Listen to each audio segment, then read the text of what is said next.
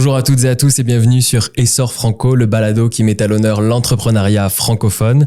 Avant de démarrer, je tiens à remercier le gouvernement de l'Ontario et du Québec avec le programme du PFC, le programme d'appui à la francophonie canadienne qui permettent la réalisation de ce podcast. Et je remercie également le lieu dans lequel nous nous trouvons, le Collège Boréal, plus précisément l'EIRI, l'espace d'innovation, de recherche et d'incubation, dans lequel nous tournons cette magnifique saison. Je suis Nicolas et je serai votre hôte pour cette saison et aujourd'hui, j'ai l'honneur immense de retrouver mon invitée, Nathalie Nadon. Bonjour. Bonjour Nathalie. Bonjour. Quel plaisir de t'avoir parmi nous aujourd'hui. C'est un honneur. Je suis très contente de pouvoir en savoir plus un petit peu sur ton parcours d'entrepreneuriat culturel, si je peux dire ça de cette manière-là, mais aussi d'artiste. Toi, tu as 1 milliard de casquettes. T'es artiste, t'es autrice, t'es productrice, t'es entrepreneur, t'es maman aussi. Ouais. Et donc, je trouve ça génial qu'on puisse en apprendre un petit peu plus sur toi. Oui, puis c'est bien parce qu'on s'est jamais rencontrés. Bien sûr. Donc, ça va tout être de nouveau à tes oreilles. Oui, tout à fait. Et c'est génial. À Essor Franco, on commence toujours un petit peu par parler de ton parcours pour comprendre un petit peu ce qui t'amène là où t'en es aujourd'hui, puisque t'es quand même une figure de la francophonie ontarienne. Presque militante, j'ai envie de dire. Hein? Oui, OK. Tu représentes un petit peu ça. Ça commence où ce désir un petit peu, cette volonté d'artiste, de chanter? Je crois que c'est vraiment depuis que t'es né que c'est comme ça. Ouais, j'ai la chance, en fait. Je sais pas, j'ai toujours fait ça. Quand j'étais petite avec ma sœur, je faisais partie des joyeux chants-au-vent de la ville de Hull. C'était une petite troupe communautaire, puis c'est là qu'on a commencé à faire du théâtre et tout ça. Mais quand j'étais au secondaire au Québec, dans la région d'Ottawa-Gatineau, je suis allée dans une école d'art à Ottawa. Donc, j'ai fait le choix en secondaire 2. Pour m'en aller en secondaire 3, je suis passée en Ontario. Fait que j'ai fait ce choix-là d'aller étudier en théâtre.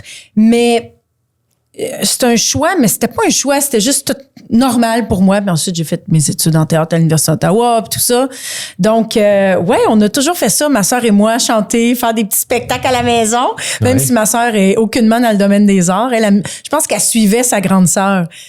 Elle avait comme pas le choix de se mettre une perruque, puis un nez de clown, puis faire des spectacles. Puis ça mettait bien l'ambiance à la maison, j'imagine, à ce moment-là. Oui, exactement, parce que mes parents sont pas vraiment dans le domaine des arts. Ouais. Je dirais que peut-être mon entre-gens légendaire et mon dynamisme vient peut-être du côté de ma mère. C'est une famille qui vient de la Gaspésie, un peu le côté acadien aussi. C'est donc, ouais, c'est ça, c'est comme l'énergie de famille. Mais fait que ouais, disons que, comme dirait ma mère, je déplace de l'air. Très bien. Et tout ça, ça t'amène même jusqu'à New York, je crois. Oui! New York! Je suis tellement contente que tu m'en parles. New York. Oui, quand j'ai terminé mes études en théâtre à l'Université d'Ottawa, j'ai fait mon baccalauréat en théâtre, je sentais à ce moment-là que j'avais pas fini d'apprendre. Ben, on n'a jamais fini d'apprendre, tu vas me dire, là. Mais j'avais pas... Il me manquait des notions en jeu, je te dirais. Donc, j'avais un ami à l'époque qui était dans cette école-là, qui est un conservatoire, le Stella Adler Conservatory of Acting à New York, au centre-ville de Manhattan. Et donc, je me suis inscrite et je suis allée pendant 1 an étudier là-bas, prendre toutes sortes de cours de jeu. Puis évidemment, ben, j'étais une fan de Broadway, là, puis j'avais encore ma carte étudiante. Fait que j'allais voir des spectacles sur Broadway pour presque rien. C'était vraiment génial. Et c'est un peu triste, mais le dollar américain était aussi cher que maintenant. Donc, ça m'a coûté une fortune. Mais parce que moi, je travaillais déjà beaucoup en tant que comédienne, j'avais réussi à décrocher quelques pubs assez lucratives avant de partir pour New York. Fait que je m'étais fait un bon coussin, ce qui m'a permis à New York de juste étudier. J'avais pas à travailler comme en dessous de la table ou comme... J'ai vraiment pu profiter pleinement de mes études. Et quand je suis revenue, j'étais à Montréal à cette époque-là. Je trouvais Montréal un peu petit, en fait.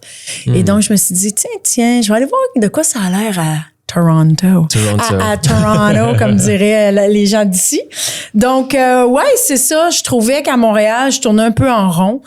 Donc, je me suis emmenée à Toronto et il y a de cela 25 ans, sais-tu? C'est quoi la décision qui t'amène vraiment à Toronto? C'est t'as voulu suivre un petit peu un petit coup de tête, tu t'es dit juste je reviens de New York, j'ai envie de quelque chose qui bouge avec de l'énergie, qui soit grand, pas qu'il n'y ait pas d'énergie à Montréal, mais... Ouais, ben, plein de choses. En fait, oui, un peu ça, comme tu le dis. Bon, moi, j'ai pas fait une grande école de théâtre, c'est-à-dire un conservatoire d'art dramatique à Montréal ou à Québec ou l'École nationale. J'ai fait l'Université d'Ottawa.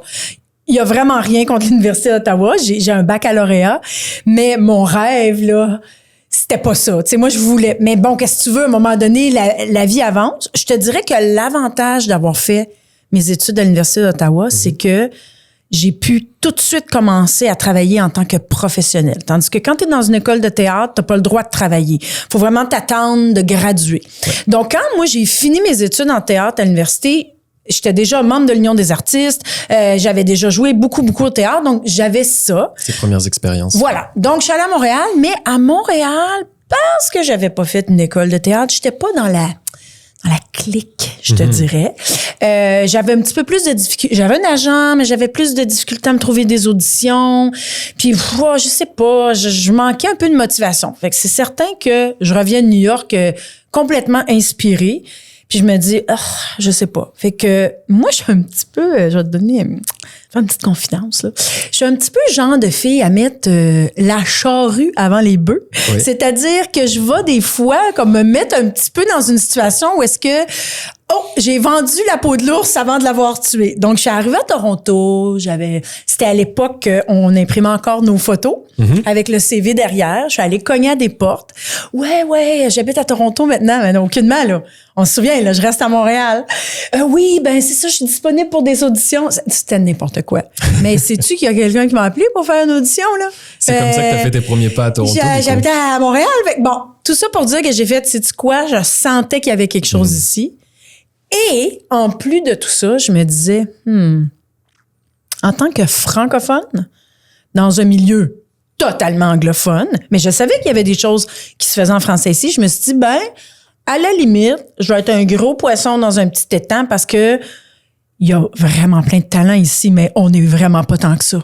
Fait qu'à un moment donné, je me suis dit, à la limite, je pourrais travailler comme comédienne francophone en français. Ouais. Fait que c'est un petit peu toutes ces raisons-là, je te dirais.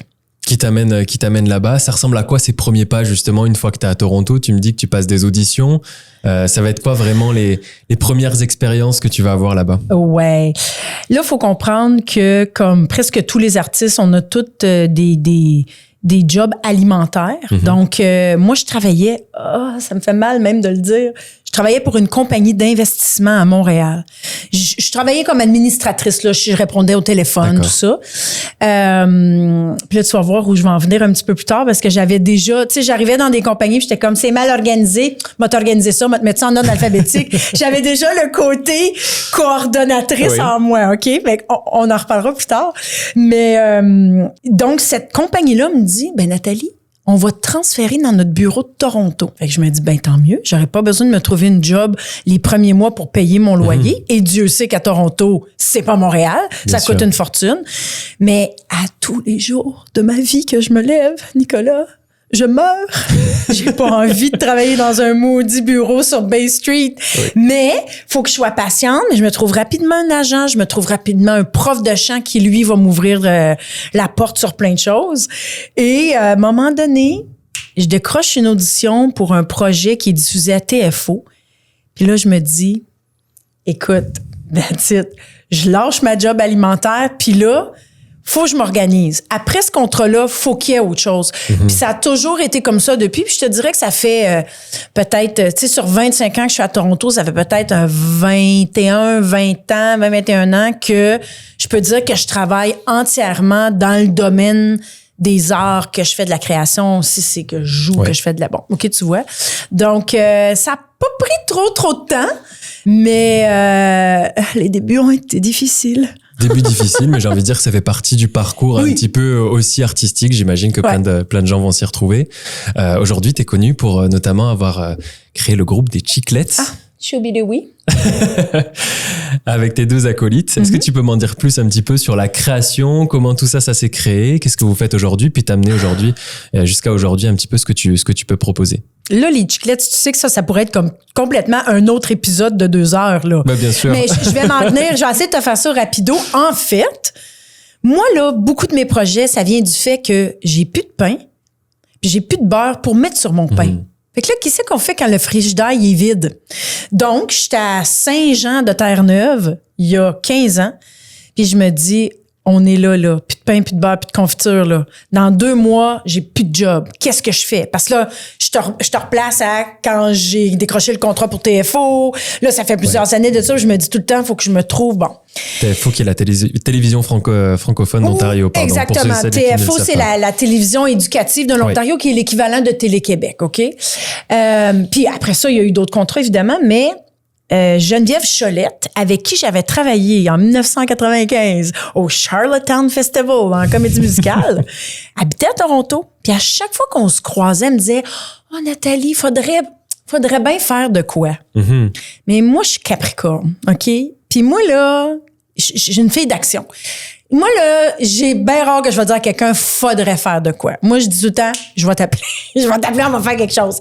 Donc, je me suis dit, hey, là, c'est le temps. Ouais. J'appelle Geneviève, OK, j'explique un peu, puis elle fait, mais semble 3 filles, ça serait mieux.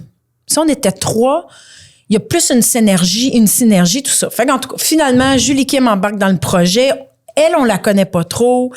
Puis je dis aux filles, bon, là, en Ontario français, il y a cet événement-là qui s'appelle Contact Ontario, qui est l'équivalent de Contact Ouest, Rideau, Radar, qui est dans différentes provinces au Canada. C'est des réseaux de spectacles.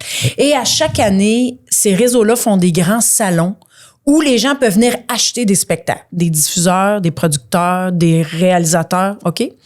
Donc, je dis, les filles, on devrait s'inscrire. Qu'est-ce qui est pas fait en Ontario? Ben moi, j'ai jamais vu de trio vocal féminin. J'ai jamais vu de trio vocal qui chante des chansons un petit peu années 40 à la Andrews Sisters. Puis j'ai pas vu de trio qui sont comiques. Fait que j'ai dit, moi, je pense que c'est ça qu'on devrait faire. Puis là, les filles ont fait, ben oui. Qu'est-ce qui nous unissait à l'époque? Le chant. Moi, je suis une fille de théâtre. Geneviève, c'est une fille de danse. Julie Kim, c'est une fille de musique. Mais c'est vraiment le chant qui nous unissait. Fait qu'on a dit, OK, on va chanter. Puis là, moi, j'ai dit, mais tant qu'à parler entre les chansons, je vais écrire quelque chose. Ouais. Là, Geneviève a dit, tant qu'à bouger, je vais chorégraphier. Fait que c'est devenu comme une méga grosse production. Et 15 ans plus tard, on a fait le tour du Canada à plusieurs reprises. On est allé jouer en France.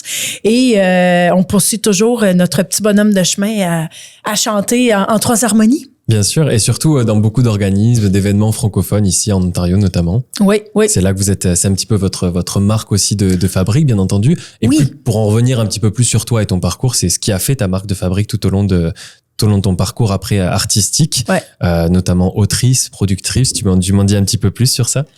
Ben en fait, autrice, tu sais, quand moi, j'étais aux études au secondaire, à l'université, je pensais jamais écrire de ma vie. Moi, je me considère pas du tout une autrice, là. Tu sais, soyez-en rassurés, tout le monde.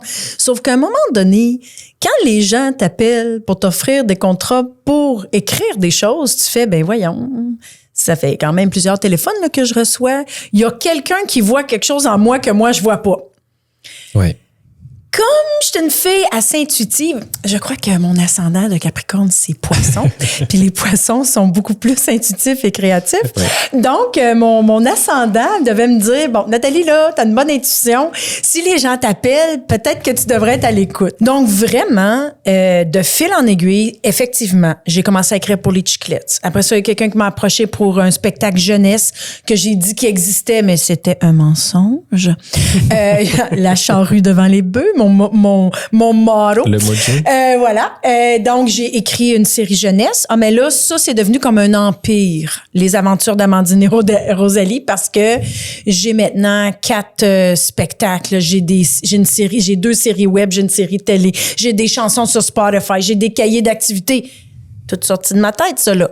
Et des fois, maintenant, les gens m'appellent pour écrire pour la télé. Fait que là, je me dis, okay, je pense que je peux rajouter autrice à ma longue liste de trucs, OK? Mais ça vient vraiment, toute cette expérience-là vient du fait que le produit n'existait pas. Ouais. Hey, Nathalie, on n'a pas de spectacle jeunesse pour telle tranche d'âge.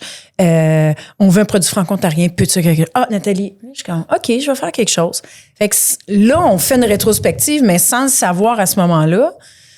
j'étais déjà en train de créer du contenu éducatif franco-ontarien, le branding franco-ontarien.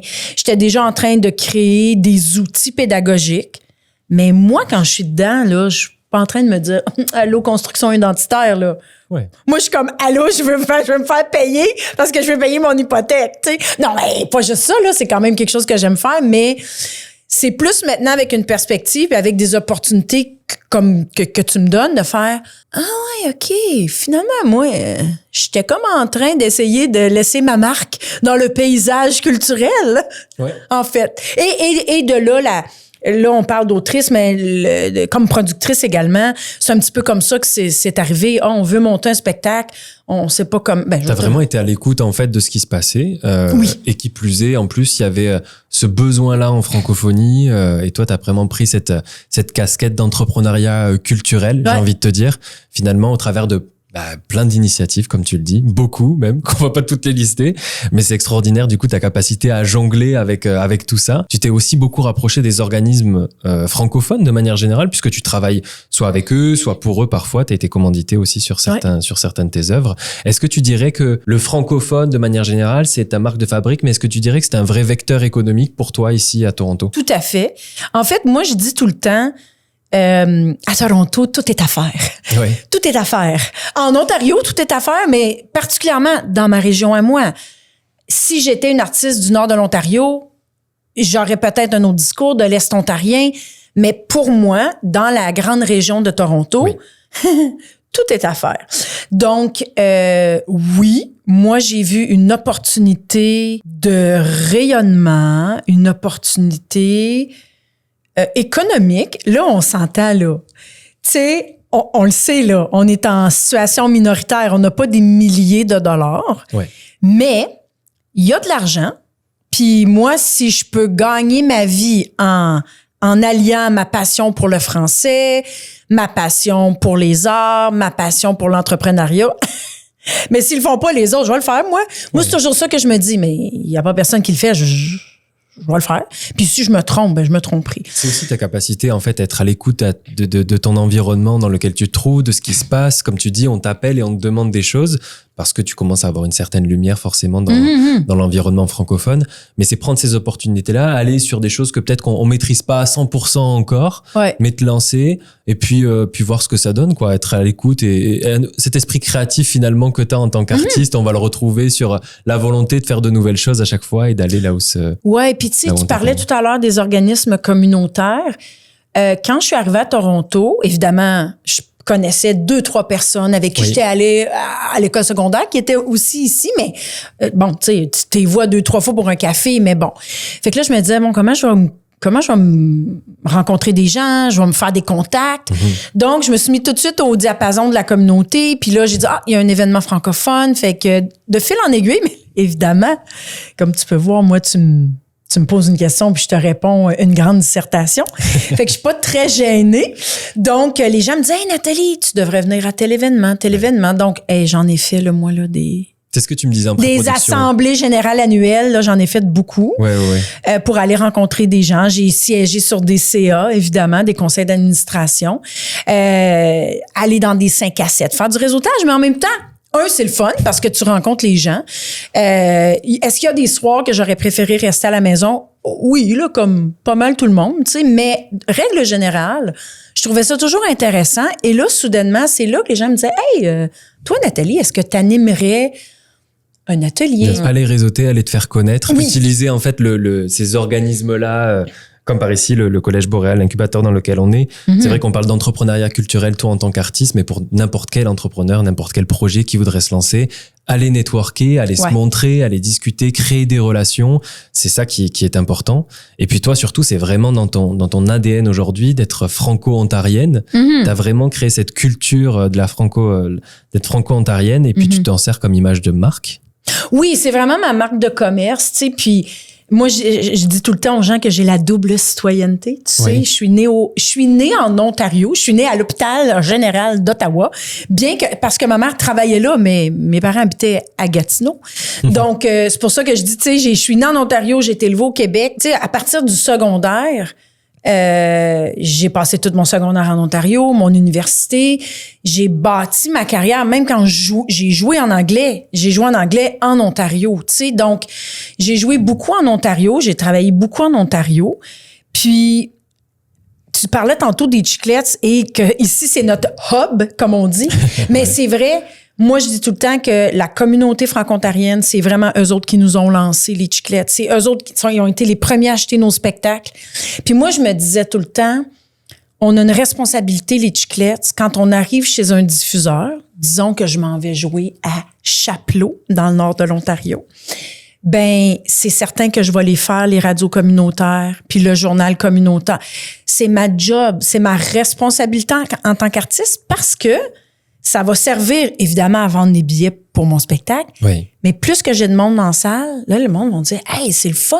Le Centre culturel de Chapleau présente les chiclettes, c'est le fun! » Là, je me demande, c'est quoi leur prochain spectacle? Moi, j'ai une responsabilité envers les artistes qui vont arriver en arrière de moi dans la saison. Ouais. Ça, je l'ai toujours dit, puis c'est un metteur en scène qui m'avait dit ça à un moment donné. Il avait dit « Nathalie, ta responsabilité quand tu donnes des entrevues, c'est le rayonnement de ton projet, mais tu donnes la chance aux autres artistes qui vont venir après toi. Tu leur donnes la chance aussi de pouvoir intéresser les gens. Fait que ça a toujours été... Mais là, Tu divagues, mais c'est un point qui était super intéressant. Tu m'en as parlé un petit peu en pré-production. C'est le fait que notamment, ne serait-ce que pour tes tarifs, par exemple, ou vos tarifs, vous, quand vous allez vous produire, mettre en place en fait quelque chose qui vous rémunère à la hauteur de votre travail. C'est un travail que tu fais, oui, pour vous, pour manger, tu le disais, mais aussi pour les générations d'après qui vont venir, qui vont se confronter aux mêmes choses que vous, en fait, aux mêmes questionnements que vous, et puis qui défendre un petit peu l'art et la valeur que tout ça a. Ouais, c'est parce que, tu sais, je sais pas c'est comment dans les autres provinces, mais j'imagine que c'est la même chose qu'en Ontario. C'est que les artistes, en fait, c'est toujours gênant, ou je sais pas si c'est canadien, de pas parler de son salaire. Tu sais, les gens sont gênés de parler de ça. Mais moi, je trouve que les artistes, les artisans, ça nous aide pas du tout parce que on n'est pas capable d'avoir un baromètre. Donc, je te donne un exemple. On m'a embauché pour écrire des livres. On m'a dit, Nathalie, fais-moi une soumission. Mais oui, mais moi, là, j'écris pas ça des livres. C'est quoi ta référence, c'est ça? J'ai pas de référence. C'est que là, je me suis dit, tu sais quoi, je vais appeler une autrice connue. Je savais qu'elle faisait le même genre de projet, puis au pire, elle va me dire non. Fait que je lui écris, puis j'écoute, est-ce que tu pourrais me dire c'est quoi ton tarif? Hey, elle m'envoie un courriel, toi, tic, elle m'avait tout séparé ça.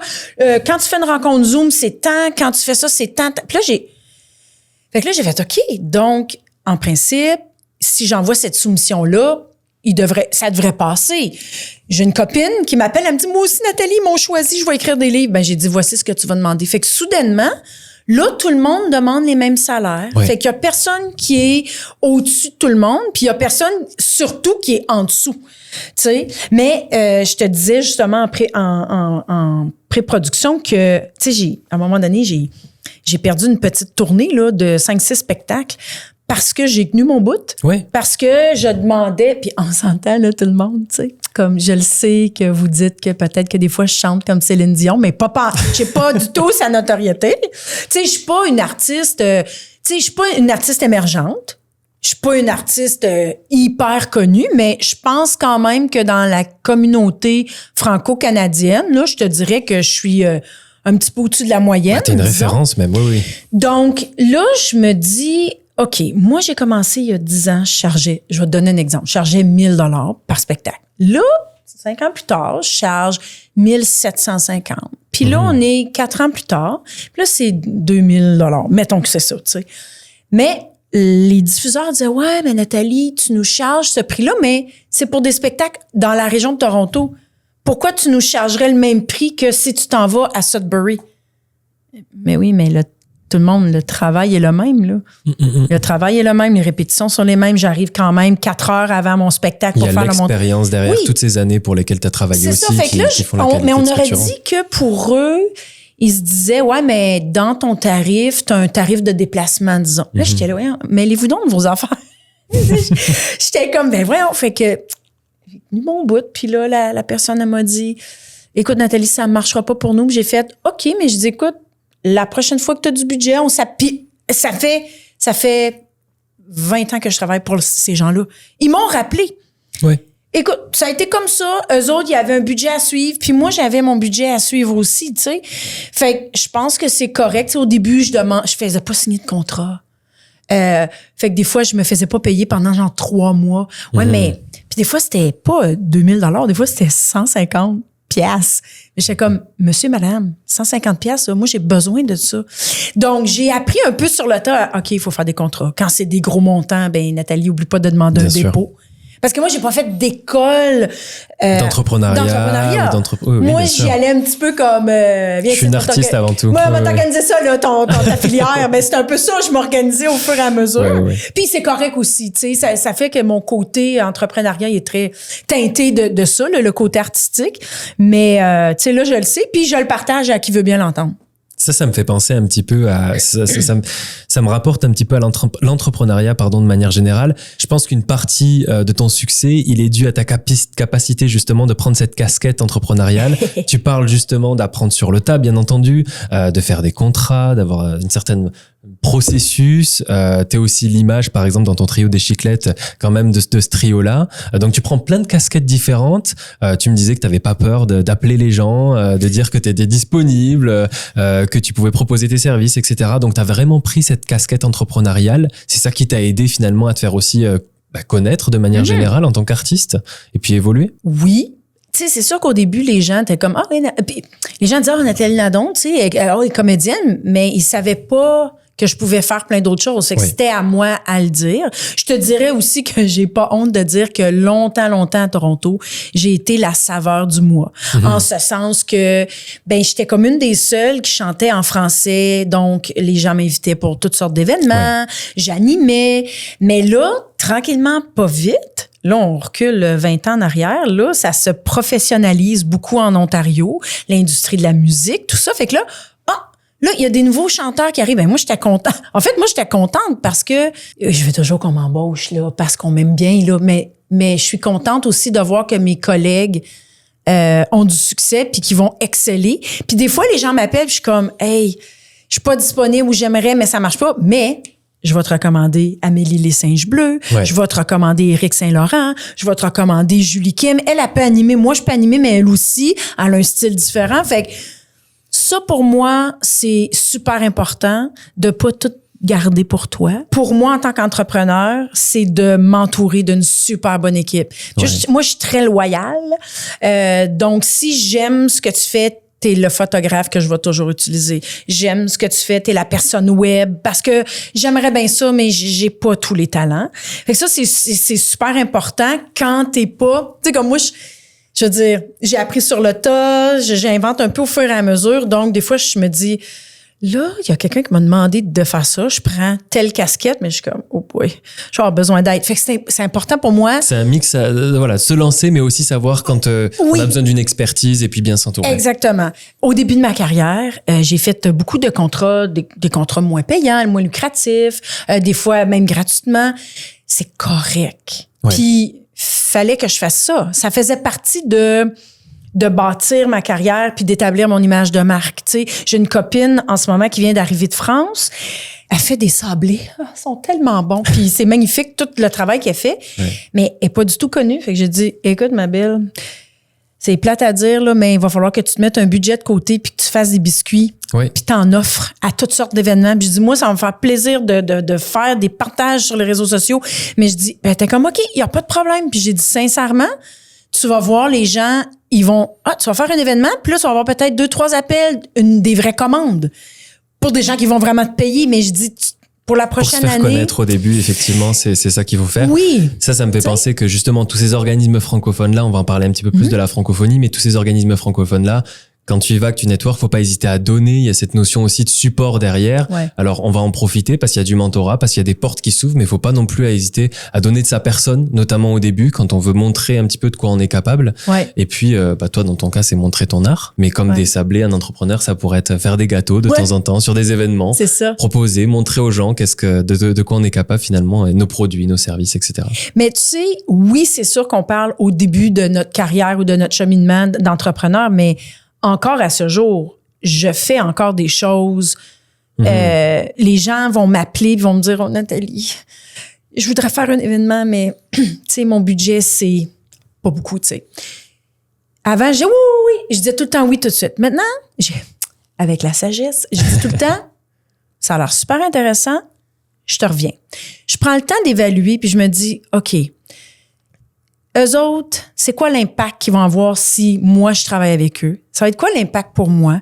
Qu'est-ce que ça peut leur apporter? Qu'est-ce que ça peut m'apporter? Fait que j'essaie d'évaluer, puis souvent, je vais les rappeler, je vais leur dire, OK, habituellement, moi, je vais charger, je sais pas, mettons qu'ils ont 500 $. Tu sais, moi, je vais charger, mettons, 1500 pour un projet comme le tien. Là, ce qu'on va faire, c'est que je vais te faire un contrat. Je vais te charger 1500, mais je vais te donner un rabais. Juste pour que tu gardes en tête que mon tarif... C'est ça, pas d'évaluer finalement tes prestations, bien sûr. Et ensemble, on va voir, pour ce montant-là, qu'est-ce que toi, tu peux faire? Habituellement, pour, mettons, 1500 $, puis tu veux que j'anime, ben là, j'écrirais tes textes, je serais à toutes tes réunions, on aurait des réunions de révision. Mais là, comme tu n'as pas le budget, est-ce que toi, tu pourrais me fournir les textes? Ouais. Est-ce que toi, tu pourrais... Fait que là, soudainement, les gens aussi... Fait que, tu sais, encore une fois, c'est comme... C'est un petit peu d'éducation de dire aux gens, ben écoute, moi, je suis prête à faire ça pour toi, mais la valeur, à un moment donné, du travail. Absolument. Fait que, tu sais, j'essaie de faire ça, puis des fois, tout à fait gratuitement, je vais le faire, il n'y a pas de problème. Puis je pense que c'est essentiel. Faut que tu réinjectes à un moment donné dans la communauté, sinon... Il y a de ça, mais tu analyses aussi finalement l'impact que toi tu vas avoir. Oui. Si tu vas aider, quel impact ça va avoir pour la communauté par exemple, pour toi aussi en termes peut-être de mise en lumière de ce que tu fais. Donc tu prends le temps maintenant aussi avec l'expérience, j'imagine, bien entendu. Mais tu sais, quand je dis oui, c'est oui.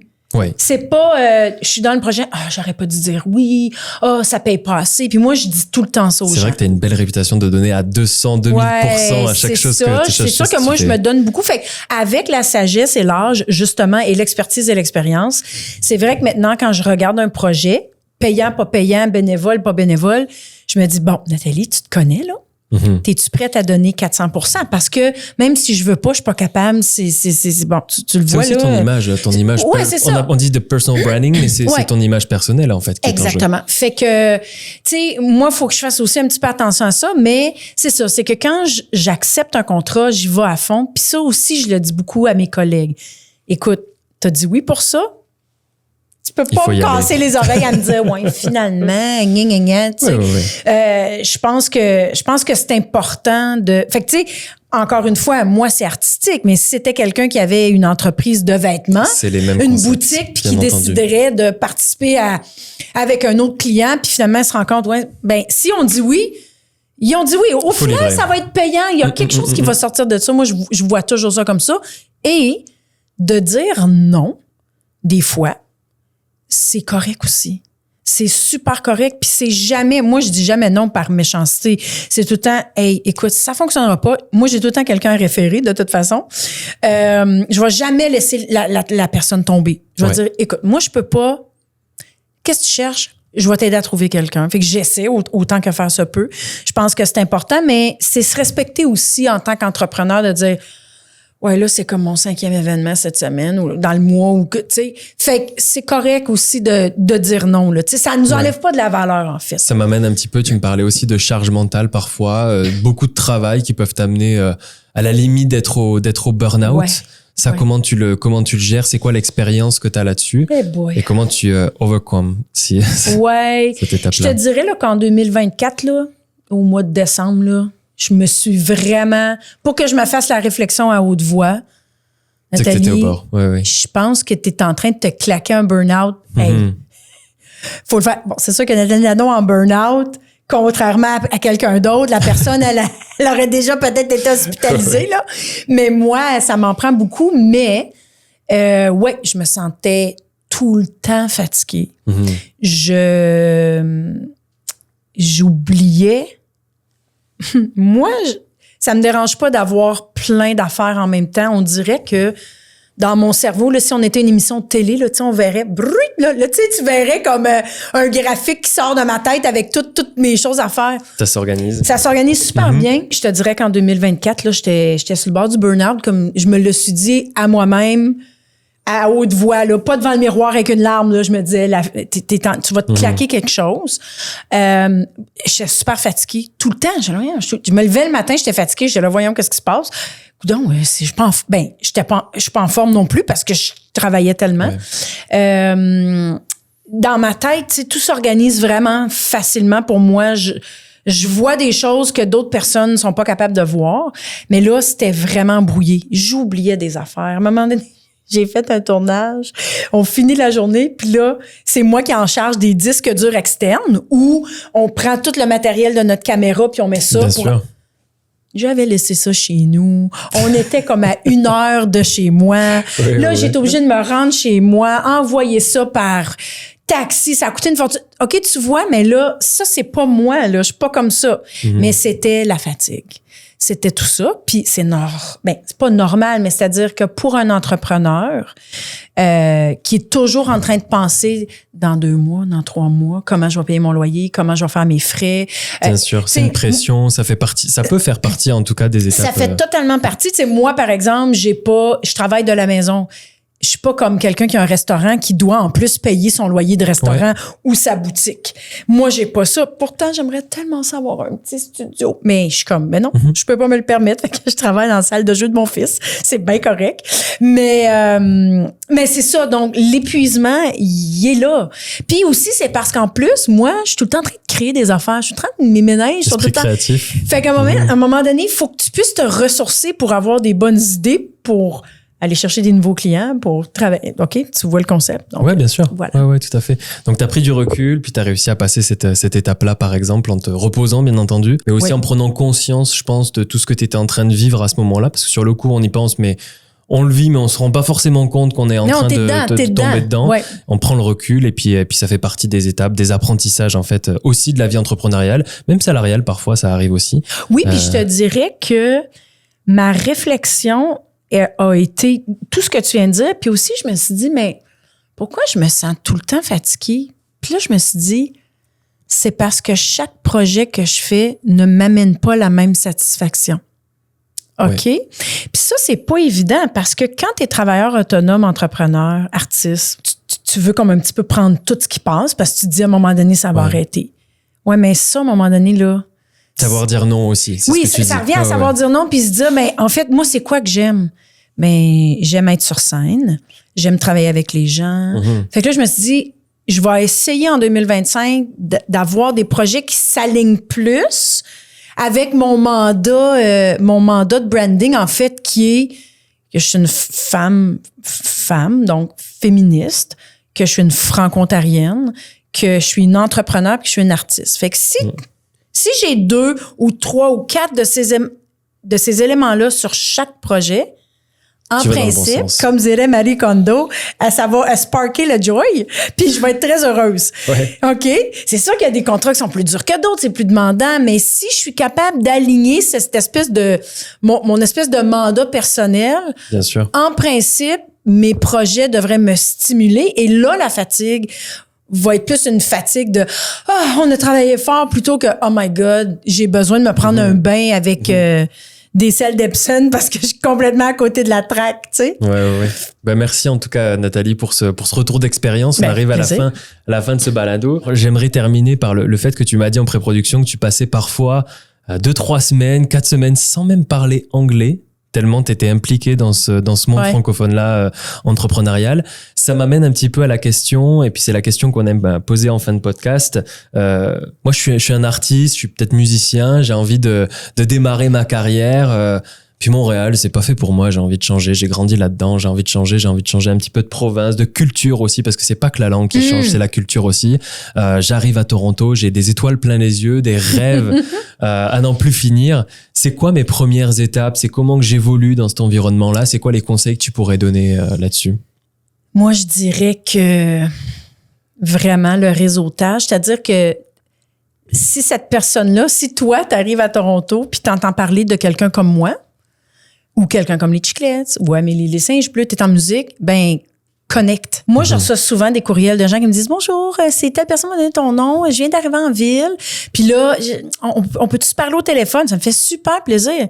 Parce que moi, il n'y a pas personne qui m'a donné de coup de main là, quand je suis arrivée ici. J'aurais aimé ça, avoir quelqu'un. Puis moi, ça me fait plaisir. Donc, si ces gens-là sont capables de se connecter avec des gens de leur milieu, en l'occurrence, pour moi, c'est être artiste.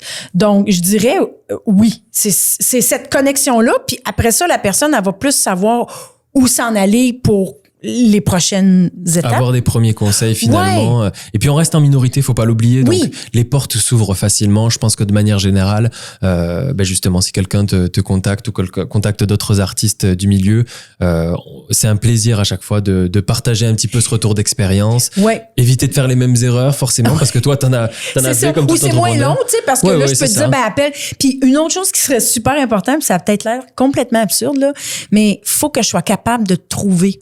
Donc, moi, si je tape ton nom, là, Pierre François Bélanger, puis que là, sur Google, c'est 1 page, 2 pages, 3 pages, puis là, que je trouve un lien, moi, je décroche.